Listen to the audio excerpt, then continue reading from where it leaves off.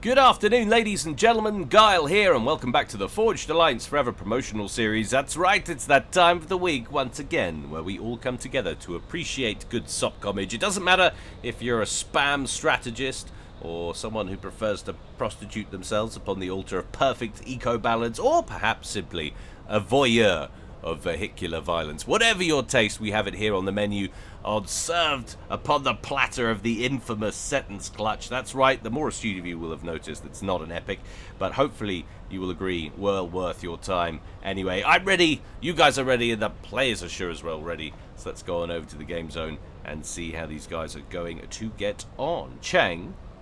Ka-ching. That's right, we know what we're dealing with here. We've been here many times before, but it never seems to get old. Let's call this Team 1 up here at the top, and this Team 2 down here at the bottom. Going first for Team 1, rearguard air position. Going cybering, we won't hold it against him because that would be gross. It's flawed, and he is going first and second land. Interesting choice on both fronts, and also going burgundy red. Down here at the cliffs, we have the quintessential Achieve Jaguar. I think it's fair to say sporting his customary UEF in electric blue, opening first air, going second land. Over to the causeway, we have You Only Live Once, or YOLO as we shall be referring to him, and he is going Seraphim in lurid green, opening first land.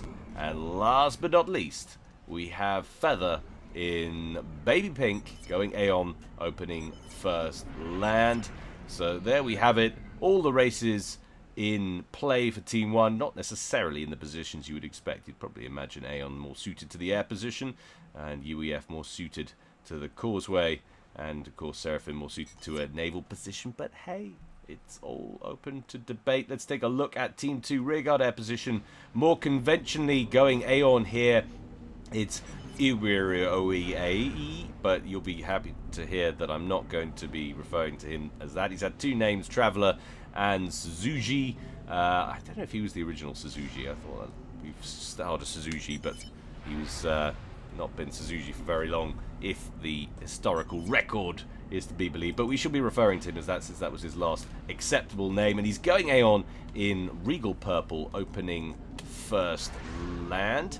Let's take a look at the cliffs up here. He's dropped the reality, all semblances of it, but Nexus still retains, I think it's fair to say, his usual fecal brown is his colour of choice. We won't judge. He's going Aeon. We won't judge by that either. And opening first air at the causeway. He left some time ago to get a look at what's happening in the middle and scoop some mass. It's Adjux.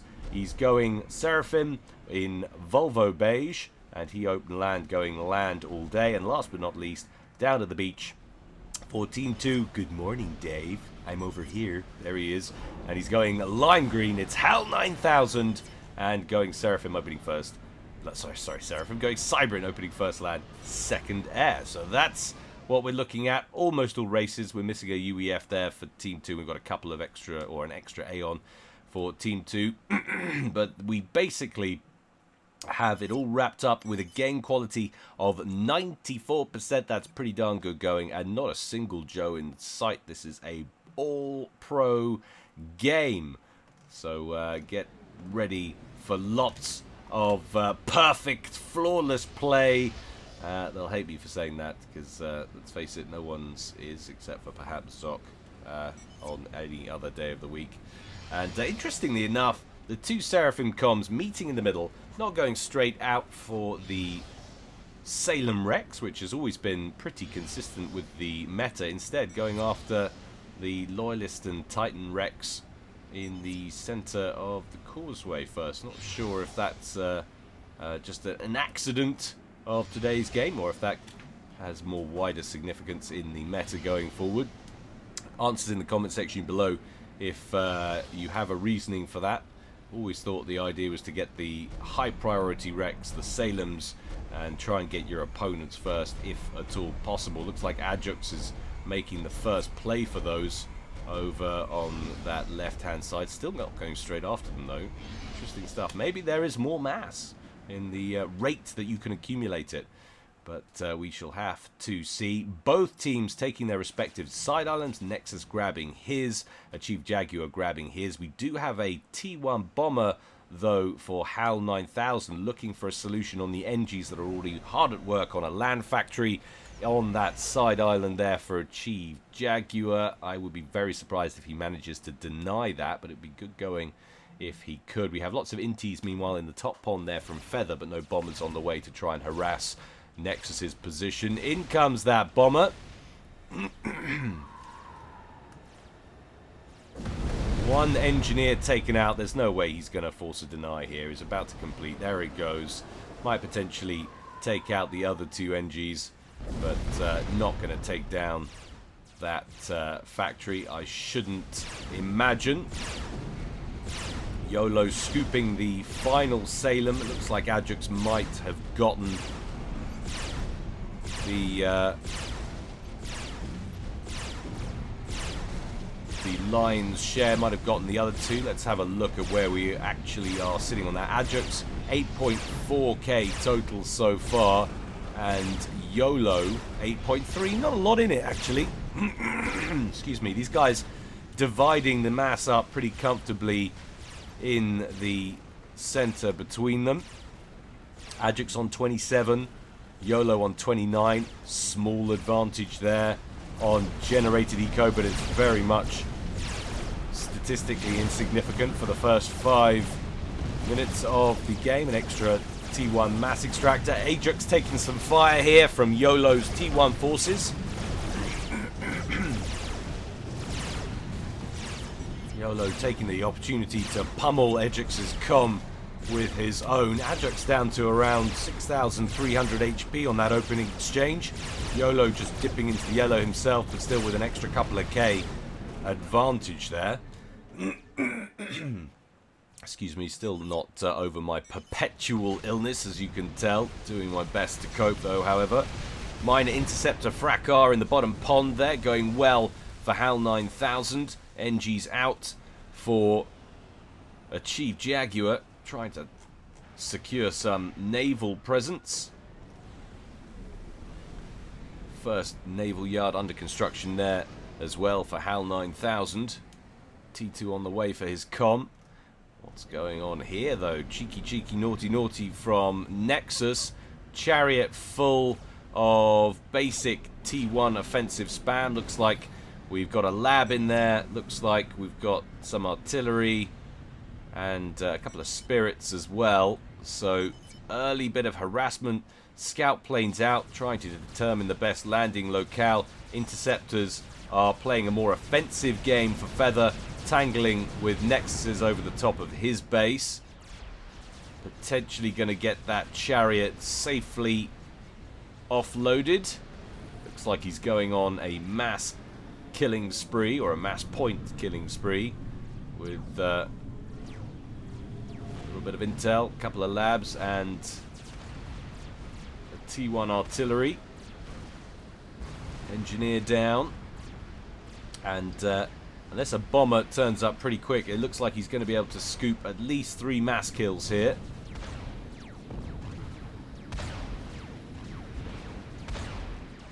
And those 3 all in the middle of upgrading towards T2. Going to kill off some NGs here as well. This is good harassment work there from Nexus, causing Feather some problems. Back to the causeways. We see what's going on between our two Seraphim comms, exchanging fire. Lots of lofty Zooey artillery falling down on YOLO's comm. He's about to get a T2 PD operational. He managed to get the upgrade on his commander. Ajax also going for the T2 upgrade, but he's only about 84% done on that. Once that completes, that's going to significantly increase his firepower in the area. If he can manage, if Ajax can manage to kill that off, that would be quite a coup for him, but I don't think he's going to manage it. YOLO starting work on a T1 PD right next to it as well, and Ajax is going to have to fall back. He manages to complete his upgrade and has started work on his own T2 point defense. Let's have a look on the range there, and actually You can see YOLO's point defense in range. That will complete for Ajax, but he's not going to win the exchange. The two PDs locked in on one another, but it's Ajax that's going to lose his, although he blocks the beam with his comm. So actually, that's gone really well for Ajax. I'm not sure whether that was intentional or not, but if it was, that was pretty frickin' sweet, I think it's fair to say. And he manages to get another one online. Suddenly this is going very badly for YOLO, and a counter-offensive is launched. We can take down another couple of T2 PDs. That's going to be a win on the ground on the causeway for Ajax. Just when it looked like he was going to lose ground, YOLO must be thinking, what did I do wrong here? Very nicely played indeed. There's been some developments in the top pond. We did get a beacon-class frigate into hostile waters here for Nexus, and it's been absolutely annihilating all of the NGs that were assigned to this area, to the naval factory. That will get taken out by a nice little group of T1 bombers there from Feather, but that's a lot of inflicted pain from one frigate. Let's have a quick look actually at the kill-loss ratio. So it's 0.87. Well, not as good as you would have hoped. He's lost a few units elsewhere. I was expecting that to be higher.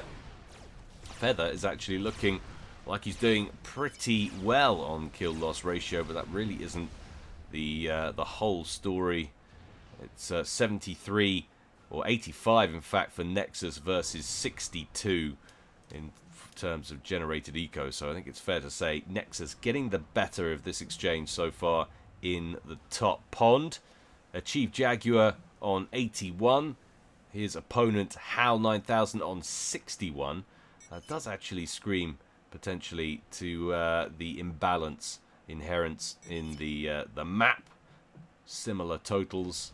I could have that wrong. Answers in the comment section below if any regular Setons players are in here and would like to comment on potential imbalances between the cliffs and the beach. I think it's fair to say I've noticed that on one or two previous games. And YOLO ousted off the causeway altogether with his comm in the water now, doing a distance build back onto the causeway. And now a couple of tridents turn up, or 5 of them, for HAL 9000. Fortunately, no T1 sub, so Commander YOLO safe for the time being. He's going to roll forward and start reclaiming some of these frigates. Extra reclaiming power, of course, being as it's an upgraded comm. And that's going to persuade those tridents to evac the area. Reinforcement point online over here for Nexus. It's a hefty group of T1 bombers that could cause some problems. Nice pickup for that bomber, though. 1 bomb away, 3 engineers down. Interceptors dispatched for Nexus to deal with that threat. Of course, we've got a fighter screen right next to it for Feather as well. If he can tie up Nexus's fighters, he might be able to do something with this pretty hefty group of bombers he's got going. That's an Aeon versus Aeon fight, remember, in that top pond. And now YOLO dipping out above the water to fire back at some of Ajax's forces. In return, taking fire from some of those frigates of HAL 9000s. Good spread, drops bombs pretty evenly across the area, but doesn't seem to pick up that many kills. And Nexus turns up with his air wing, dismantles that squadron pretty comfortably. In come ASFs, though, from Suzuki, and that will assert air control in the area. We have some ASFs as well from Flawed, but it looks about 1, 2, 3, 4, 5, 6 versus around 8 or 9. And of course, it's Cybrin versus Aeon in the air game. Advantage with the Aeon player and Team 2. Another round of beacons ready to engage, but defense also looking pretty sturdy.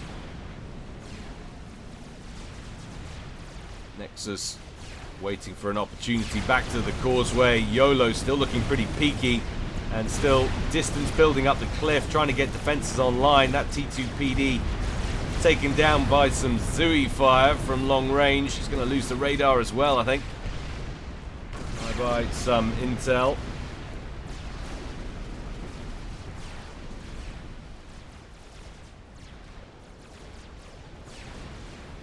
HAL 9000 with T2 naval operations started, working on some Salem construction.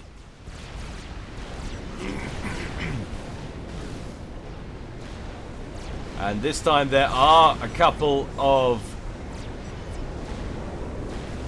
submarines in play, 3 of them in fact, for HAL 9000. In comes a Chief Jaguar, but they're all frigates, and this could be tricky indeed. YOLO into the red now, 3,000 hit points left. Starts work on a T1 torpedo launcher. Those slivers prioritizing YOLO's comm. Are they going to stick around now that the torpedo launcher is online? No, they're not. They're going to disengage. YOLO, fortunate there wasn't a stronger presence there. Fortunate that the Salem wasn't anywhere nearby. Could have held out for a comm kill there potentially.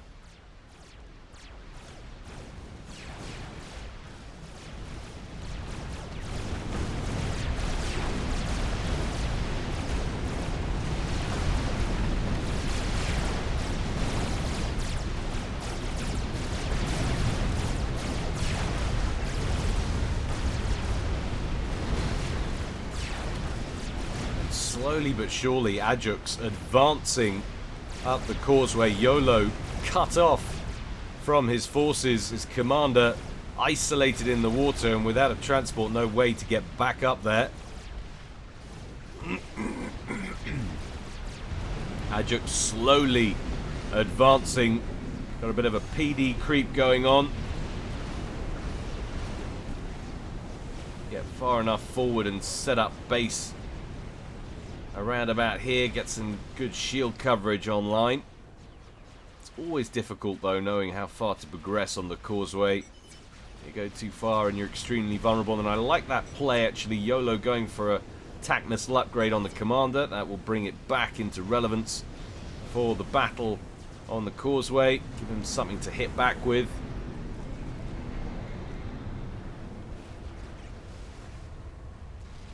Still no major developments in the top pond. The number of beacons slowly increases, but no territory changes hands. We do have T2 tech now for Feather, as we do for Nexus as well. Of course, his factory way back there. It'd be worth upgrading that to T2 for quicker reinforcement. I'm sure that'll be on the cards a little later. Do a quick ASF count there. What are we at? 31 there for Flawed, and Suzuki on 29. So Flawed overtaking his opponent now in numbers, only just. Slight advantage, remember, with those Aeon fighters. Lots of out of fuel interceptors hovering on this area of the map for a Chief Jaguar. Taking Salem fire. It's not the most powerful, but it's like fish in a barrel. Shooting at aircraft. Puttering along at that pace. And now an Exodus class destroyer turns up. Starts work on the other Exodus that's under construction for Feather. A lot of collateral damage on that dot applied to the engineers. Like about 4 or 5 of those got taken out. Beacon fire en masse, though, looking pretty deadly. Feather running out of frigates, though. Torpedo bombers brought in to try and deal with that destroyer. It does get taken down to the red, very deep to the red, about 300 hit points left, but another destroyer turns up. Things not looking great for Feather right now in the sea. Last operational vessel, except for that destroyer that's parked back here at base for last-ditch defense. Again, trying to prevent any more destroyers from rolling into operation. Oh man, Feather looking like he's losing the sea battle. Meanwhile, over here, Salem's for HAL 9000 have been caught out by a massive Thunderhead fleet. There are a couple of Coopers in there as well. Torpedo bombers take care of any reinforcing vessels. There is a cruiser in play, picking off those torpedo bombers.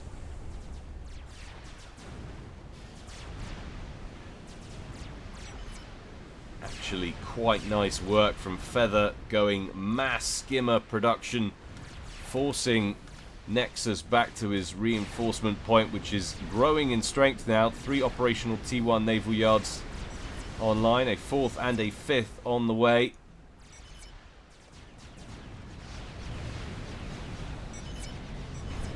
Feather investing pretty heavily in air power, having lost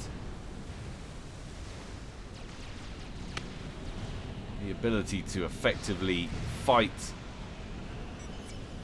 on the sea. It's also going for a little bit of extra floaty production. Is an official term, of course. T3 upgrade on the way for Jaguar. Let's take a quick look at mass totals. We haven't looked much at them over the course of the game. 371 to 364 total team mass accrued in favour of Team 2.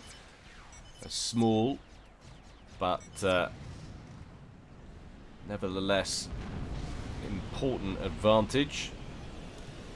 Dragonfly loaded up with the comm for YOLO, picked him up out of the sea and brought him up here for some reason, and he changed his mind. Seems to be airdropping him back over this way towards the pond. Where is he going? Right, he's going right the way down here, potentially to use that comm offensively with its TAC missile capabilities against HAL 9000's main base, which is going to come under attack now from the sea and air. Those skimmers from Feather being put to good use this time against HAL 9000, who's actually in the water with his comm. Is this a snipe attempt, or is he going after the naval yard? It looks like it's the little bit of both as it happens. Prioritizing the Salems rather than the naval yard. Did drop 1 or 2 torpedoes in this direction, seemed to take out an engineer though. And HAL 9000 starts work on a harms as the Thunderheads roll in.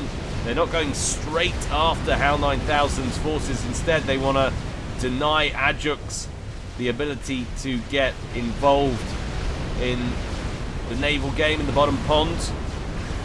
Lots of engineers in the area hurriedly completing and starting afresh torpedo launches.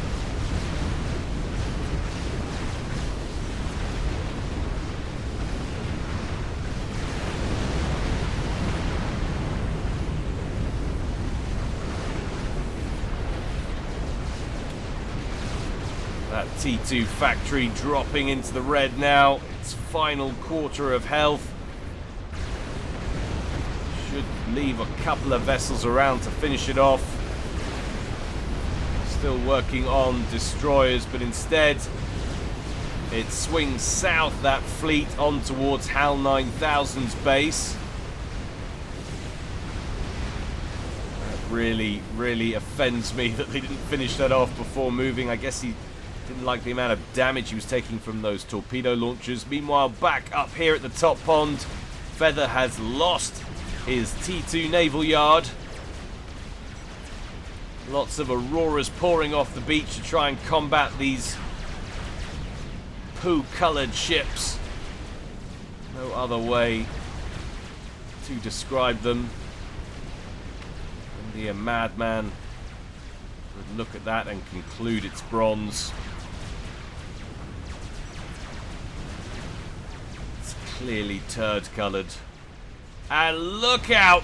HAL 9000 picked off right at the bottom by what can only be assumed as mass thunderhead and valiant pressure. Of course, it being Setons, full share is on. Small group of fairies succumbing to terminal halitosis once again.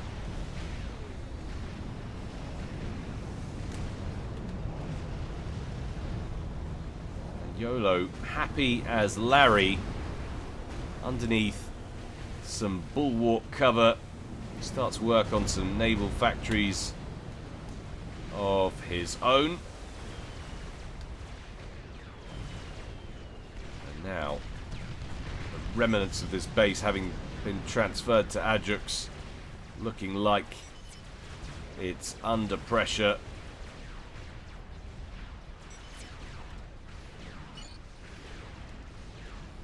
Look at the air game. What have we got here? Only 19 ASFs there for Suzuki.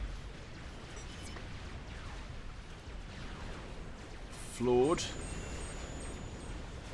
Looking a little healthier, to say the least, on 64.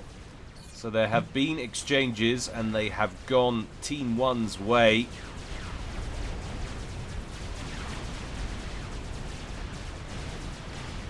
Feather now getting assistance from YOLO, who's built vast quantities of T1 land factories and is spewing out Zuis to aid with the defense of the beach.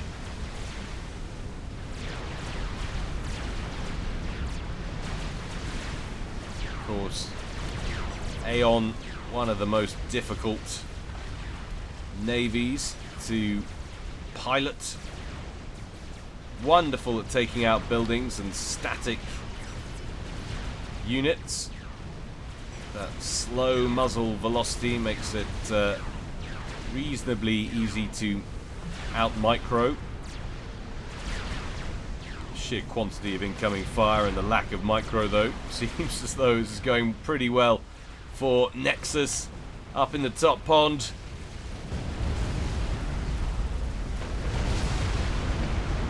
Attack missiles out from YOLO's comm. He's got 47 kills to his name. Picking off sensitive structures now, these T2 power plants. Surely a must. Actually, that's going straight after T3 mass points with mass storage and mass fabs. No, he's overshooting the important one and just picking off one mass storage on the one behind instead. I'm sure this next one will be coming in a little closer. Oh, that's a thing of beauty. That is a thing of beauty right there. Not if you're on Team 2, of course. But we all like juicy explosions, as long as they're not happening to our team. Oh, 200 hit points remain on that T3 mechs. Good range, good trajectory on those commander base tacks.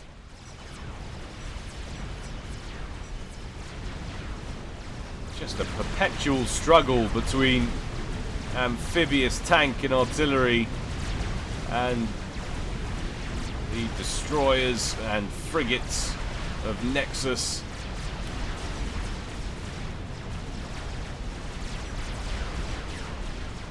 So many factories pumping out units for this defense. 15 there assigned for YOLO.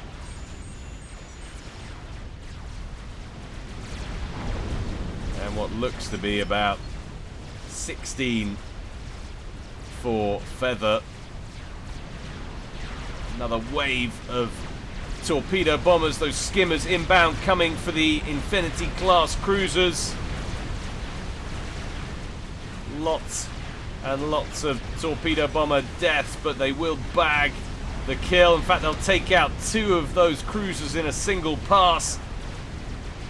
Counter-attack, or at least, sorry, the second pass should bag the third, and that will significantly reduce the amount of firepower being launched at them into the air.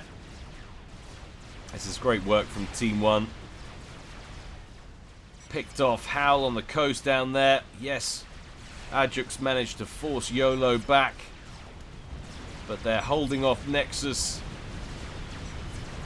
pretty comfortably for the time being, using this amphibious and air combination. Nexus fundamentally combating 3 of the 4 players,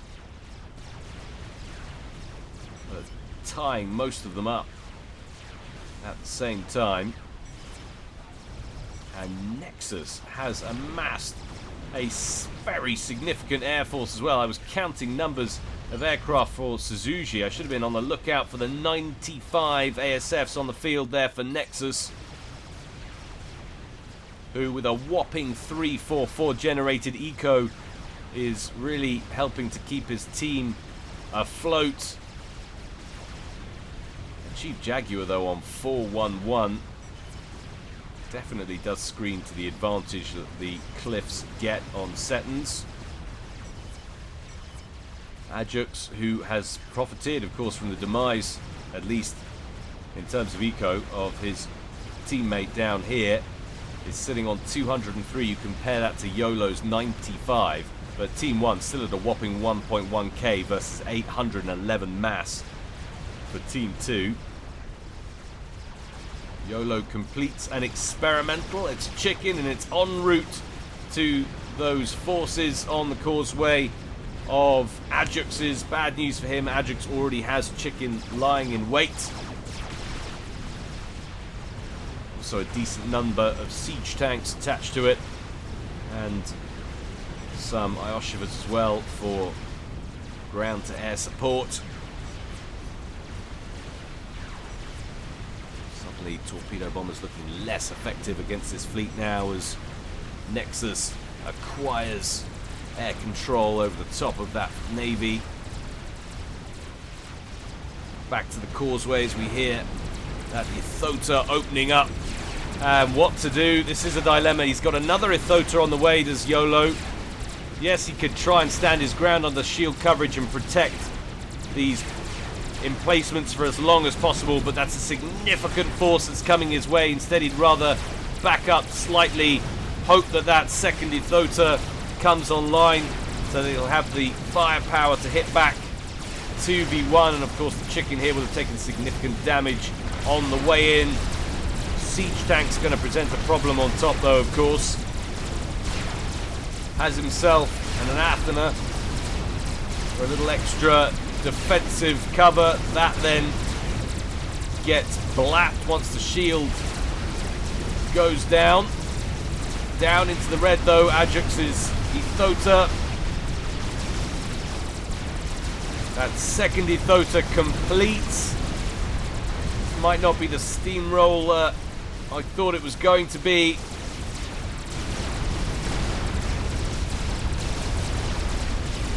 Down goes Ajax's experimental. Still siege tanks in the area. Still a lot of T1 spam as well. Don't underestimate the cumulative firepower of those Zuis marching in towards the main base. YOLO splits his two experimentals.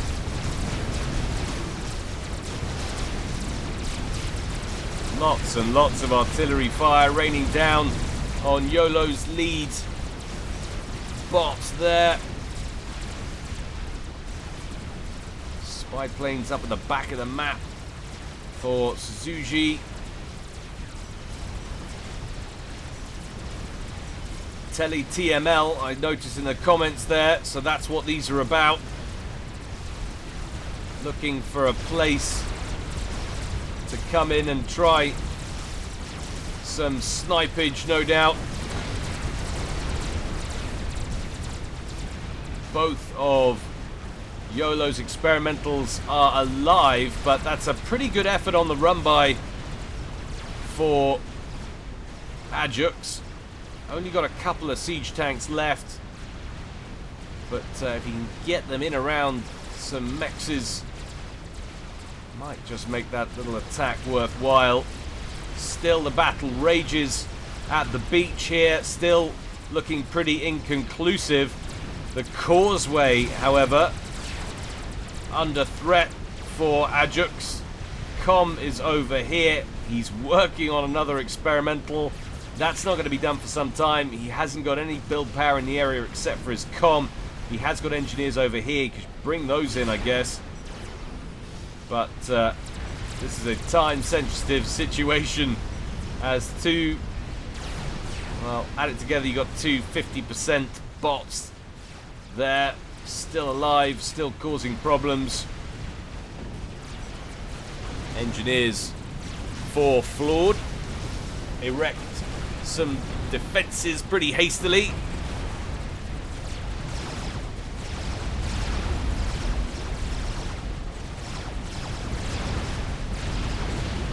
Lots and lots of casualties as those T1 artillery shells rain down. So effective.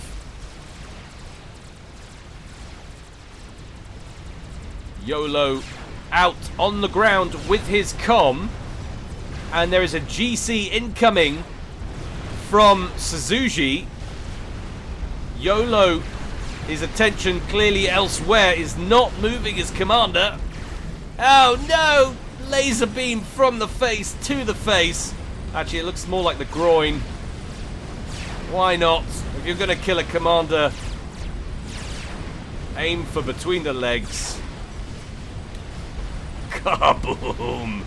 And that levels it. It's now 3 players apiece. And it's not a support commander. That is Suzuki's commander. He's gone straight in. And he's loaded up a stealth gen. And it looks like he might have got away with it. No signature there. Doesn't seem like they've picked up on the threat.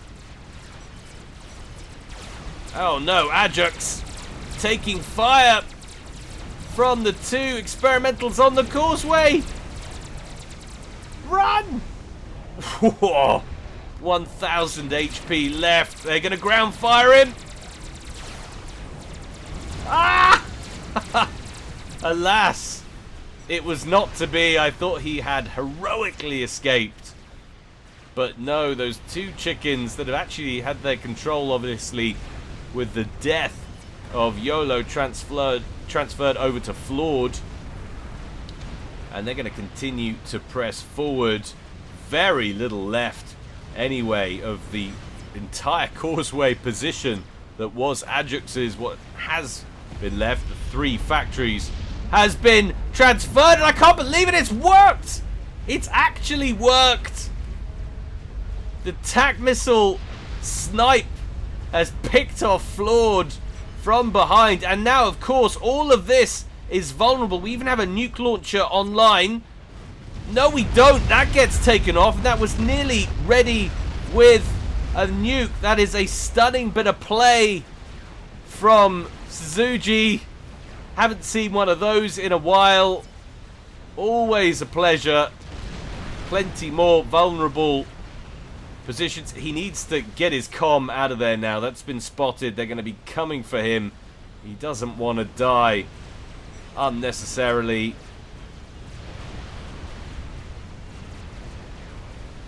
It looks like he's evacing. There he goes. But in comes a whaler. He's launching all the missiles he can to try and take out this air facility. Power grids getting sniped. There are zappers going up, however. The comm has safely evac'd. Still attack missile launchers operational, although not for long. Mass T-1 bombers inbound. That was a lovely little snipe.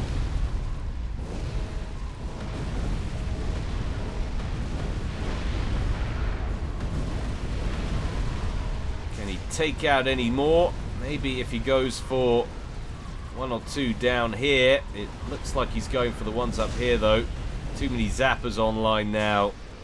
They're not going to get through, and that will be the last missile, but well worth it.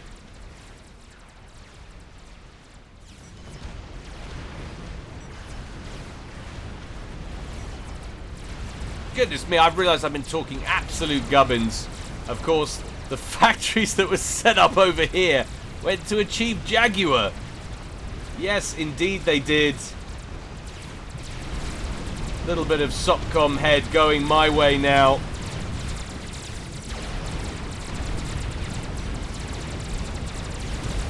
That's what happens when you still have a head full of mucus.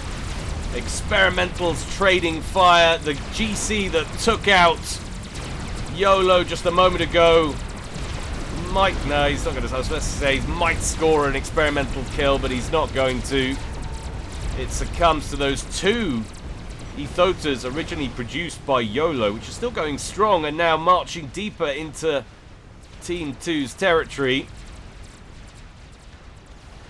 Nexus still unable to pacify the area of the map, the beach up here. This naval, he's had naval supremacy for a good 25 minutes now. He's got a battleship in here which will help. The question is, has this pacification taken too long, and has that contributed to the position that his team finds themselves in? There is a very vulnerable open door now towards Suzuki's base right at the back of the map. Mercy's brought in. Lots of them get shot down, but lots of them do activate. Oh my word, 420 hit points. That chicken's still alive.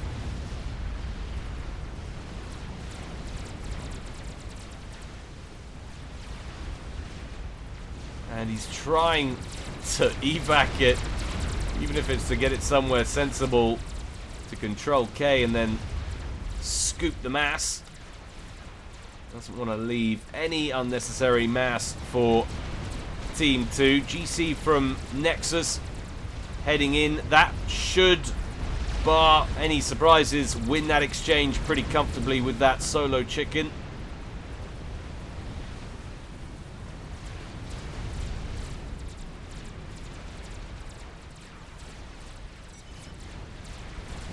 Maybe try some emissary to kill SMDs. YOLO trying to convince them to kill off, that would suggest some nukes already online. Some SMDs in play on their side of things. Have some sub-nukes perhaps kicking around. Aha! There they go. 3 of them. Strategic missile submarines en route. No nukes on board as yet. It's 5 of them, in fact. He's gone on a mass nuke sub production spree. So, as we suspected, the GC wins the exchange. Gets pretty badly damaged in the process, though, it has to be said. And the GC for Suzuki manages to shoo away that very badly damaged, although that is recovering its health pretty nicely when you think what it was down to a moment ago. Very little left in terms of HP.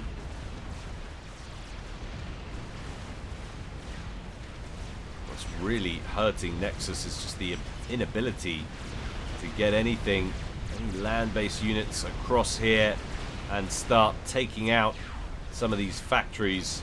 He's killing a lot of units, but it's all T1 gubbins. It's just rolling in. He needs to get something on the ground, whatever it might be. And there's the mighty cruise missile noise that announces to everybody you have strategic missile submarines in play. Completely unnecessary roar.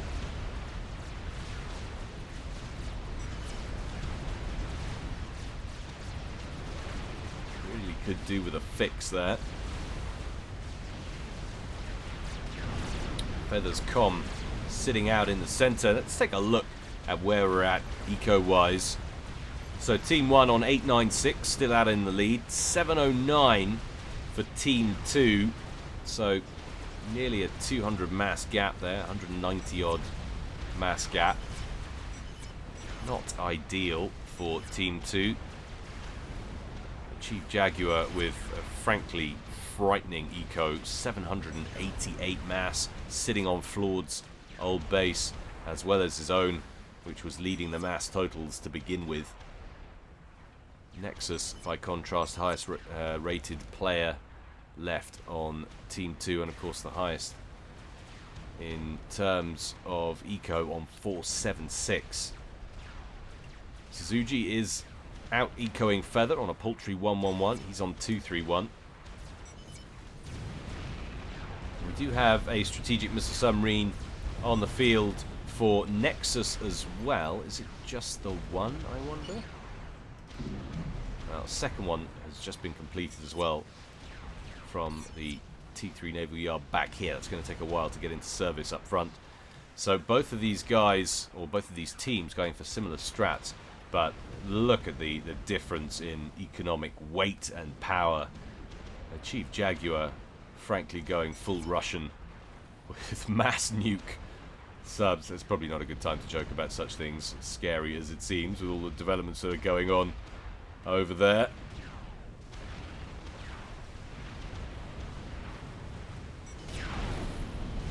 Dragonflies being dispatched over here. No, they're just on a patrol. Just on a little whistle-stop tour for no real reason.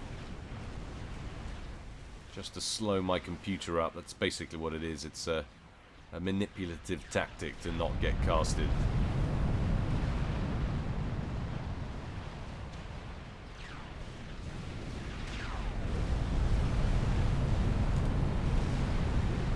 "37 minutes gone." Look at the mass field on that beach. Huge potential there.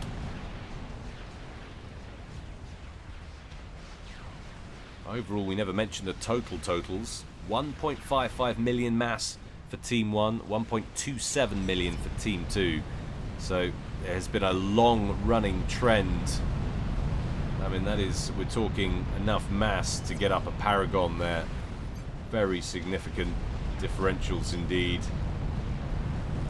GC for Suzuki has reached the factories belonging to a Chief Jaguar.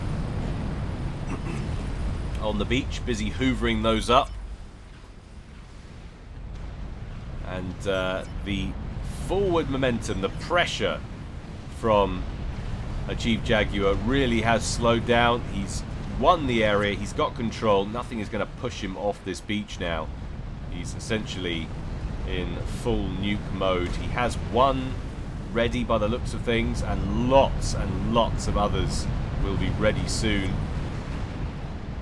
If he can get in with an air snipe on some of the strategic missile defenses, then he should be in good position to put an end to this game. There's one down here, no anti-nukes are loaded. Of course, he won't know that necessarily, shouldn't think. Depends on it, whether or not he saw it being built, when that was. And it looks like Nexus is supremely vulnerable. And there we have it, the first nuke away, and it's from a Chief Jaguar. Where is it going? It's going straight down here. They didn't even need to worry about trying to take out that SMD. And that will comprehensively put an end to Suzuki's air production, even though actually the main air threat now, or for most of the game from the air, has been Nexus. Nexus is also about to get hit. A third nuke out, and a fourth. We are witnessing the nuclear end to this game, I believe. Boom!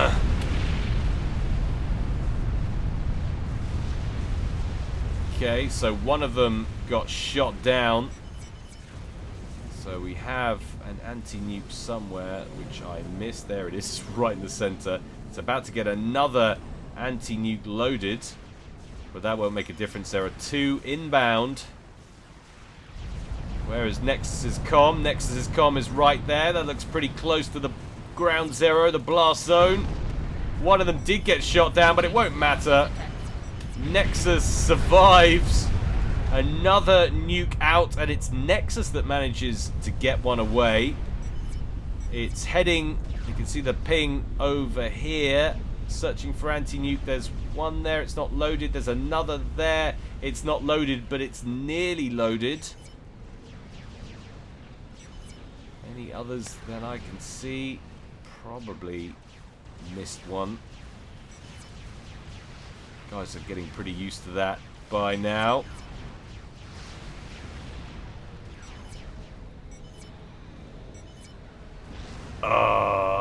See you later. Oh, literally got every structure of importance. Very nicely placed nuke, as was the nukes that were deployed from a Chief Jaguar. And we've got another TAC missile snipe attempt. Where's it going? Is it going after... it's just going after power plants, I think. It'll take out one or two, but the commander is about to get wiped by T1 bombers. How very embarrassing. Boom, baby! Alas, massive T1 bomber casualties. The Chief Jaguar picks off Suzuki, leaving Nexus all by his lonesome. There's another nuke. They are going to be pouring out of here now.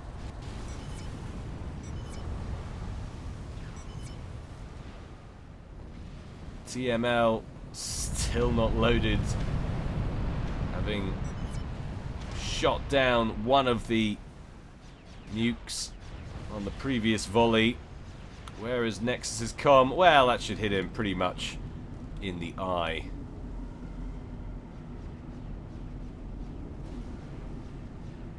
To wrap things up very nicely indeed for Team 1 after just 40 minutes of game time. Comfortable Setons victory. Unusual game for a Setons game, it has to be said. Adjunct, I crushed my lane, man.